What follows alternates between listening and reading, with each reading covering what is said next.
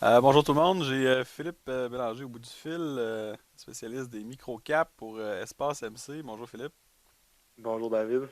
Merci de nous donner de ton temps aujourd'hui. Dans le fond, toi, tu es un spécialiste des microcaps, ce qui est quelque chose qui est pas tant connu de la moyenne de la population. Donc, c'est intéressant de t'avoir ce matin au bout du fil pour pouvoir en discuter.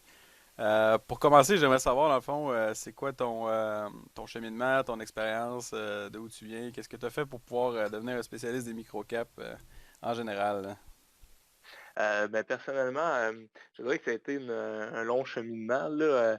J'ai commencé les microcaps il y a environ 20 mois, mais avant ça, bon, on commençait du début, là. J'ai étudié au cégep en sciences pures. Puis ensuite, après mes études, j'ai commencé un bac en mathématiques et physique. Mais après un an, j'ai réalisé que ça manquait un peu de concret pour moi, un peu de pratique. Puis je cherchais un domaine où que je pouvais utiliser, disons, mon amour des mathématiques, là, le fait que j'aime les chiffres, dans un contexte plus concret. Puis à ce moment-là, j'ai pris la décision, là, après une année sabbatique, d'aller étudier en administration, profil finance à Sherbrooke. Donc j'ai fait mon bac. Pendant mon bac, j'ai fait 2 stages chez G Capital comme analyste financier en financement commercial. Puis, j'ai décidé de faire ma maîtrise en finance par la suite. Donc, jusque-là, je m'intéressais plus ou moins à la bourse. En fait, cet intérêt-là est apparu chez moi là, quand j'ai eu mon premier emploi chez Travelers Canada. J'ai rencontré Aaron Lani, qui est mon partenaire chez Espace Microcap. Puis Aaron, c'est un passionné de la bourse.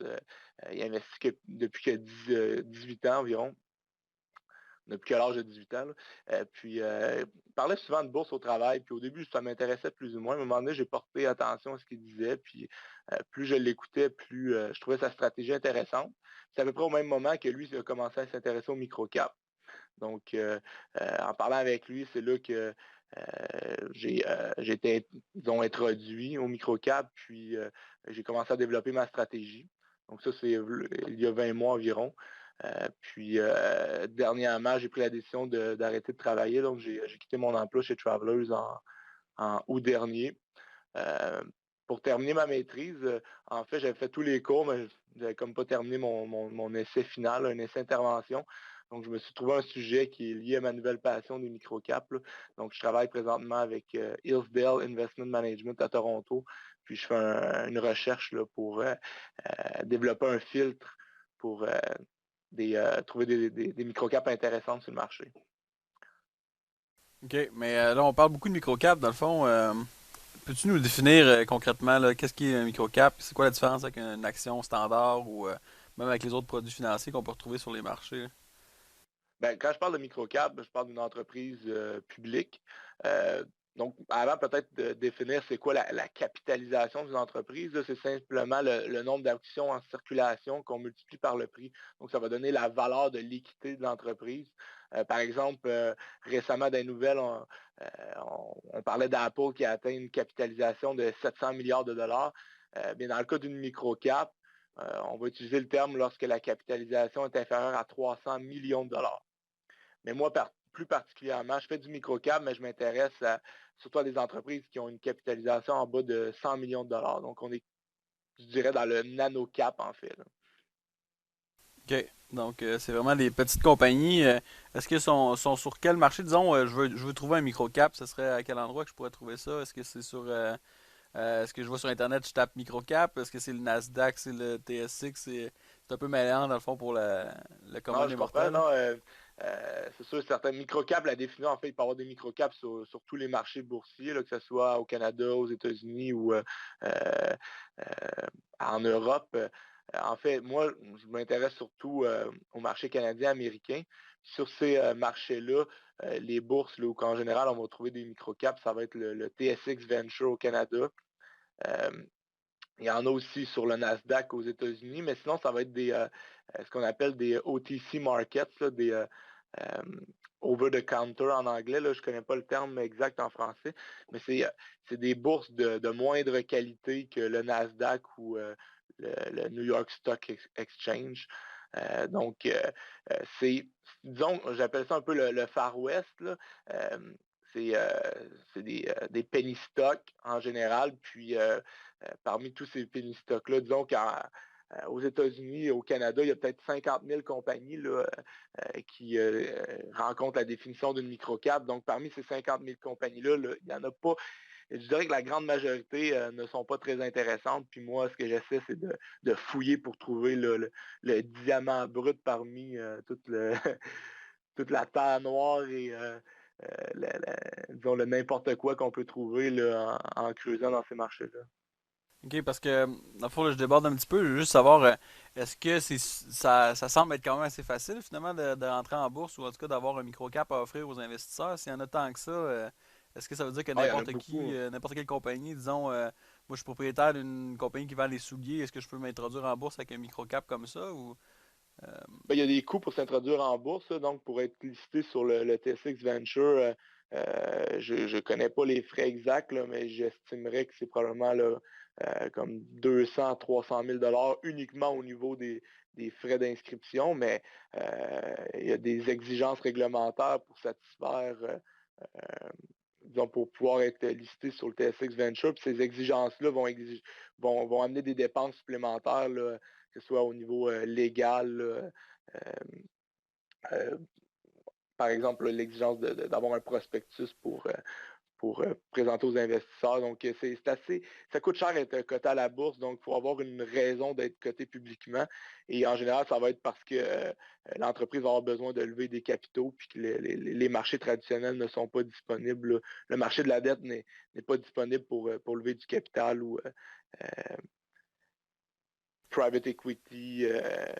C'est il y a une raison, faut avoir une raison pour être coté à la bourse. Autrement, là, toutes les exigences réglementaires, c'est un fardeau qui est quand même lourd à porter. Là, fait que, faut que les avantages, les bénéfices soient là pour l'entreprise d'être coté à la bourse. ok. Je comprends, dans le fond, ça évite un petit peu finalement d'avoir des gens qui vont essayer de faire ce qu'on pourrait appeler un hit and run, là. On rentre sur le marché, on prend les capitaux, puis on disparaît au Panama, là. J'imagine que ça évite ces... Donc je comprends Ben, je te que... dirais que les autorités travaillent fort pour éviter ce type de situation-là, mais on n'est jamais à l'abri, puis c'est là que c'est important de faire ses propres recherches, puis une diligence raisonnable pour s'assurer qu'on investit dans une entreprise avec un management honnête et avec un plan d'affaires solide. En fait, ça m'amène à ma prochaine question. Finalement, les microcaps, on en lit souvent que c'est quelque chose qui est risqué, que c'est un investissement dans le fond, on doit avoir une haute tolérance au risque puis être prêt à perdre une bonne partie de son capital. Donc, j'imagine que ça évite une certaine partie du risque légal des gens justement qui disparaissent, mais ça reste risqué comme investissement. Est-ce que tu peux nous décrire un petit peu ta stratégie, ta méthode pour éviter, limiter les risques? En fait, là, je comprends qu'on peut pas l'éliminer à 100%, mais comment tu approches ça finalement pour protéger ton capital tout en essayant d'aller chercher le plus de gains possible? Ben, comme tu l'as mentionné, là, la pensée populaire par rapport au microcap ou au penny stock, c'est que c'est extrêmement risqué. Puis il y a beaucoup de gens qui se sont brûlés avec ça. Donc souvent, quand j'aborde le sujet avec que ce soit des amis, des connaissances ou des gens que je rencontre, les gens ont peur d'investir dans le microcap parce que pour la plupart, ils ont vécu des mauvaises expériences. Il y a des proches qui ont vécu des mauvaises expériences. Mais est-ce qu'un microcap est plus risqué qu'un mid-cap ou un large cap? Je ne crois pas. Par contre, c'est sûr et certain que c'est le Far West, c'est-à-dire qu'il y a très peu de professionnels qui travaillent ce marché-là. La plupart des compagnies ne sont pas suivi par des analystes, là. Donc, on ne peut pas se fier sur le travail de quelqu'un d'autre pour investir, il faut se fier sur son propre travail. Et comme j'ai mentionné, il y a peut-être 50 000 compagnies publiques qui valent 300 millions et moins au Canada et aux États-Unis. Donc, c'est beaucoup de compagnies. Et euh, étant donné qu'on ne peut pas se fier sur personne, pour trouver un moyen de dire, OK, qu'est-ce que je fais pour trouver des idées d'investissement parmi cet univers de 50 000 compagnies. Il faut avoir des critères d'investissement. Puis, il y a plusieurs stratégies pour, disons, diminuer cet univers-là pour arriver avec, moi, mon but, c'est d'avoir 100, 150, 200 compagnies intéressantes. Puis là, je vais faire des recherches sur ces compagnies-là parce que j'ai pas assez de temps pour rechercher les 50 000. Donc, je pense une des méthodes que je préfère, c'est de faire un filtre. Donc, en anglais, on appelle un screener. C'est que je vais aller sur une base de données pour faire une recherche en fonction de certains critères. Puis ces critères-là sont liés à ma stratégie d'investissement. Personnellement, j'essaie d'éviter les compagnies liées aux ressources naturelles. Premièrement, parce que je n'ai pas les connaissances pour investir dans ces secteurs-là. Je ne suis pas ingénieur minier, encore moins ingénieur là, dans le domaine du pétrole, du gaz naturel, etc. Je préfère investir dans quelque chose que je suis capable de faire des recherches, de connaître et d'analyser. Si je ne suis pas capable de le faire, je préfère me tenir loin de ça. Je pense que c'est la règle numéro 1, investir dans quelque chose que tu connais. Donc, j'évite le minier, j'évite le pétrole, le gaz naturel, la recherche pharmaceutique. Moi, ce que je veux, c'est trouver des compagnies qui ont des revenus et préférablement des compagnies qui sont profitables. Dans certains cas, ils ne seront pas nécessairement profitables, mais je vois qu'à court terme, court moyen terme, avec la croissance des revenus, il y a un plan concret pour atteindre la profitabilité puis continuer de croître l'entreprise. Donc, dans mon filtre, je vais mettre je vais exclure certains secteurs, je vais mettre un critère au niveau de la croissance des revenus, de la profitabilité. Puis ça va m'amener une liste de compagnies sur lesquelles je peux faire des recherches par la suite. Il y a certains autres investisseurs qui ont une approche différente. Là, je te dirais qu'Aaron, mon partenaire chez Espace Microcap, m'impressionne beaucoup là-dessus. Lui, il ne croit pas au fil parce qu'il a peur de manquer une belle opportunité si il fait un field, puis il y a une compagnie qui est comme éliminée du field, qui serait un très bon investissement. Fait que, lui, sa technique, je ne la recommande pas à tout le monde, c'est que ce qu'il a fait à un moment donné, il a sorti la liste du TSX Venture, puis il a regardé toutes les compagnies de A à Z. Il ne les a pas regardées en fait, disons, il regarde en surface en premier pour voir si c'est intéressant. Si c'est pas intéressant, il discarte, sinon il fait davantage de recherche. Là. Mais ça y a pris un temps considérable de faire ce travail-là, là, de A à Z. J'étais assez impressionné, disons. C'est beaucoup de travail, dans le fond, de tout passer à travers ça. Là. Je comprends que, dans le fond, ce que je retiens dans tout ce que tu me dis, de un, c'est faut être quand même, peut-être pas nécessairement expert, mais versé dans un domaine particulier pour pouvoir tirer son épingle du jeu, là, pour pouvoir comprendre dans quoi on investit, puis aussi avoir beaucoup de temps à investir pour faire les recherches. Dans le fond, est-ce que tu considères que les gens qui veulent investir par eux-mêmes, qui veulent gérer leur propre CELI ou leur REER, est-ce que c'est quelque chose que tu leur conseilles à monsieur, madame, tout le monde ou tu dois quand même avoir une bonne connaissance du domaine financier pour pouvoir comprendre qu'est-ce qu'on fait là? Est-ce qu'il y a moyen finalement de tirer son épingle du jeu comme consommateur, en fait investisseur moyen dans tout ça là? Ben, est-ce que je crois, pour un investisseur passif, investir dans le microcap, ça serait risqué à ce moment-là parce que, au fond, une façon de contrôler pour ce risque-là, c'est de faire une recherche approfondie sur la compagnie. D'un, ça demande du temps pour trouver des compagnies intéressantes. Puis une fois qu'on trouve des compagnies intéressantes, il faut mettre le temps pour faire une recherche approfondie, une diligence raisonnable. Ça, pour moi, une diligence raisonnable, ça va être de parler au management. C'est vraiment important pour moi. Puis les gens seraient surpris. Le management d'une compagnie publique, d'un microcap, en tout cas, c'est accessible. Leur but, c'est de faire connaître leur entreprise, de parler de leur histoire, du plan d'affaires de la compagnie. Donc, ils sont très disponibles. Il faut utiliser cette ressource-là pour mieux, justement, s'informer sur ces opportunités d'investissement-là.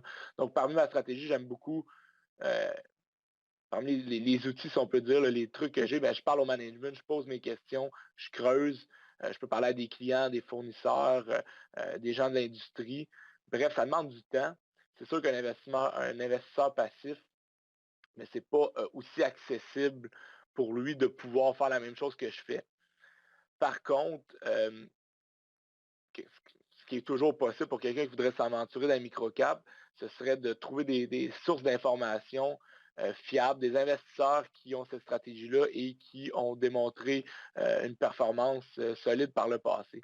C'est un peu pourquoi que j'ai parti le blog d'Espace Microcap, parce qu'à quelque part, je sais qu'il y a des gens qui n'ont pas autant de temps que moi pour faire de la recherche, et le blog sert en quelque sorte à partager un peu le fruit de nos recherches à moi et Aaron. OK. Donc, finalement, c'est un blog, c'est pas. Parce que dans le fond, c'est important de faire la différence. Là, vu que c'est un blog, vous donnez des suggestions, c'est pas nécessairement des conseils que vous donnez, puis vous n'êtes pas. Non, on ne donne aucun conseil. On n'est pas habilité à donner des conseils aux gens. Donc, on dit toujours, dans le fond, nous, on a investi dans telle compagnie pour telle raison, mais on ne donne jamais de conseils aux gens par rapport à ce qu'ils devraient acheter ou dans quoi ils devraient investir. Par contre, quelqu'un qui s'intéresse au microcap, mais j'espère que notre blog, Espace Microcap, va être une ressource intéressante pour eux. puis peut-être leur permettre de pouvoir s'aventurer dans ce secteur-là, en fait, dans cette classe d'actifs-là, sans faire un peu n'importe quoi, parce qu'en général, les gens qui ont perdu de l'argent, c'est qu'ils ont investi sur le conseil de quelqu'un sans vraiment faire de recherche là-dessus. Puis c'est plate, mais dans le domaine, il y a beaucoup de gens qui ne sont pas là pour les meilleurs intérêts des gens à qui vont donner ces conseils-là, disons. Là. Nous, dans le fond, il faut se dire que toutes les compagnies, les compagnies qu'on discute sur le blog, c'est des compagnies qu'on détient, qu'on a fait de la recherche, puis on fait simplement partager notre travail aux gens, aux investisseurs qui voudraient peut-être investir dans le microcap. Là. On essaie comme de partager nos idées à quelque part. C'est un peu le but du blog, c'est de partager nos idées, puis aussi publier des articles éducatifs sur notre stratégie d'investissement, sur comment trouver des bonnes idées d'investissement. Par exemple, présentement, disons, Primeur Solutions Finance, on travaille sur un article justement sur comment est-ce qu'on fait pour trouver des idées. Ça va être publié prochainement sur notre blog. Puis on a l'intention de publier plus d'articles éducatifs comme ça pour que les gens soient en mesure, s'ils veulent investir de façon plus active, mais développer une méthode qui peut avoir du succès sur le marché. Là. Dans le fond, partager nos trucs, nos méthodes pour avoir du succès dans les microcap. Puis si je me trompe pas, vous êtes la seule, sinon une des seules communautés francophones, parce que vous avez un forum aussi, je crois, par rapport à ça, donc Bon, les gens on peuvent a un discuter. forum où que les gens peuvent partager. C'est ça, c'est le forum un peu, c'est notre but, c'est on aimerait ça qu'il y ait de plus en plus de membres qui participent pour justement partager des idées, discuter stratégie, méthode. Bref, c'est une communauté un peu où on veut s'entraider parce que dans les microcaps, disons, on se sent parfois un peu seul. Parce que, bon, comme j'ai dit, il y a des gens qui se tiennent à l'écart de ce marché-là. Fait que on se sent un peu seul, puis c'est le fun d'avoir des gens avec qui on peut partager puis faire de la recherche en collaboration. Excellent, c'est vraiment intéressant. Dans le fond, rappelle-nous juste l'adresse du site, en fait, rappelle-la, s'il te plaît. www.espacemc.com.